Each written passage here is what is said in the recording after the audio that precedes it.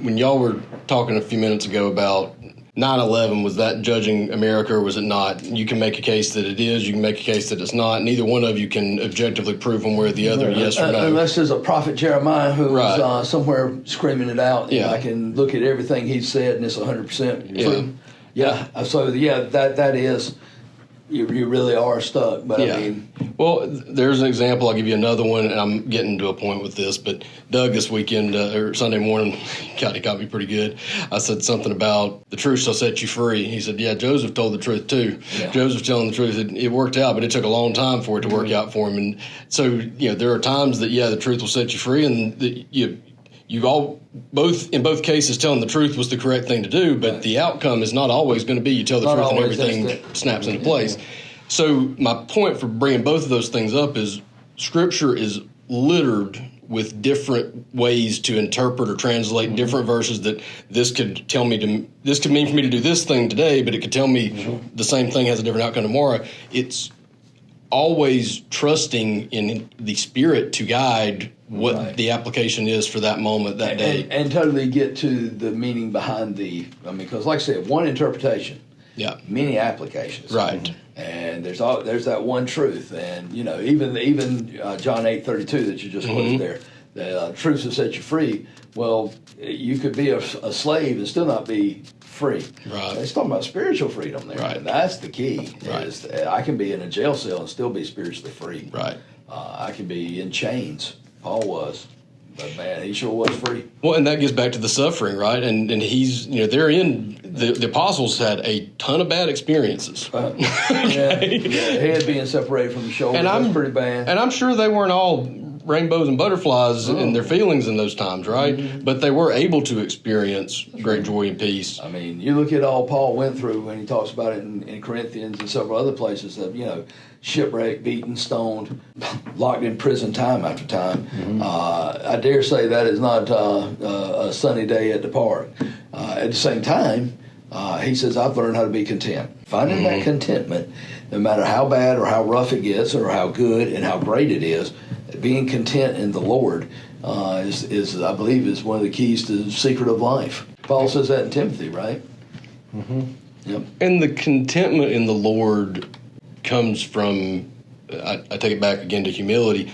I don't need to know whether 9/11 was judging America or if it wasn't. I don't need to know which application of this verse is the correct one all the time. We put so much sometimes on our own pride and being the smartest person in the room and being the one who has all the answers that we sometimes forget to yield to the fact that we don't have all the answers. No. We don't, I remember when we first started doing this thing, and I told you sometimes it can become easy to feel like we've got some like secret weapon in our back pocket type of thing with Jesus, and it's not that at all. It's trusting on Him that He has the answers when He reveals them to you. If He reveals them to you, is up to Him. That's right. It's trusting that, and where you find your contentment is that is more than okay with me. It needs to be in His hands. He doesn't need me to have all the answers and to know every single thing to do in the right situation. And I know He's going to provide my needs.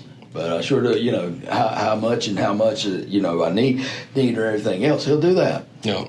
He's gonna take care of us. Yeah. It's just trusting that. Contentment in His love for you, above all else too, to understand that above all these things, He loves us. And you can feel His love in all situations. That's it. And He never stops. Right. And I think that's also one way to handle these tragedies is you got to wrap yourself in the promise of. No, he loves me, even if it doesn't look like it, even if right now I don't feel like it. Yeah. And I think that sometimes is where truth comes in. Is it's got to trump your feelings because we can get into our feelings real fast.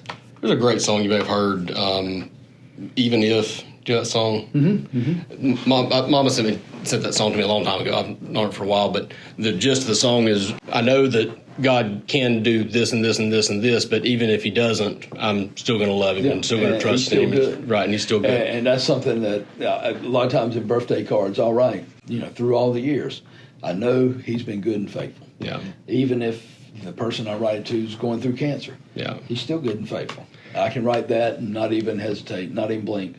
And one of the things that I've gotten to experience in the last little bit, you can ask, sometimes I like to test myself in advance almost, maybe as a way of saying, okay, what if this happens? can I still be okay with it? What if this happens? Can I still be okay Play with what it? if. Play the worst, not the worst, but one of the worst possible scenarios out in your mind and say, if that is God's will, can I be okay with it? And you know the right answer is to say, I should be. God's given me a chance to experience some of those in maybe not worst case scenarios, but pretty bad scenarios to be able to say, yeah, even in those situations, I can be okay. And I don't think there's a problem with that. I really don't.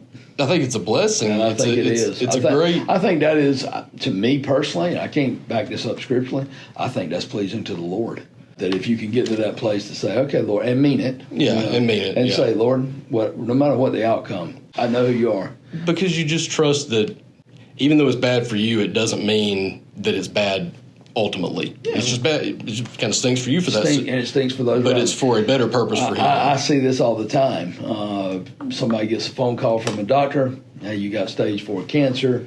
Don't think there's any way to, no reason to even fight this because you're a goner. And, man, you go to visit them, and you would think, I ain't got that much bad news. I know where I'm going. Yeah. So the best day. We think of the negative things that happen, but the best day that they ever had was the day they died. Now, if you asked them in heaven, would they want to come back? I don't think they would say, no, I'm not going back there. I don't know. But we heard, but they're fine.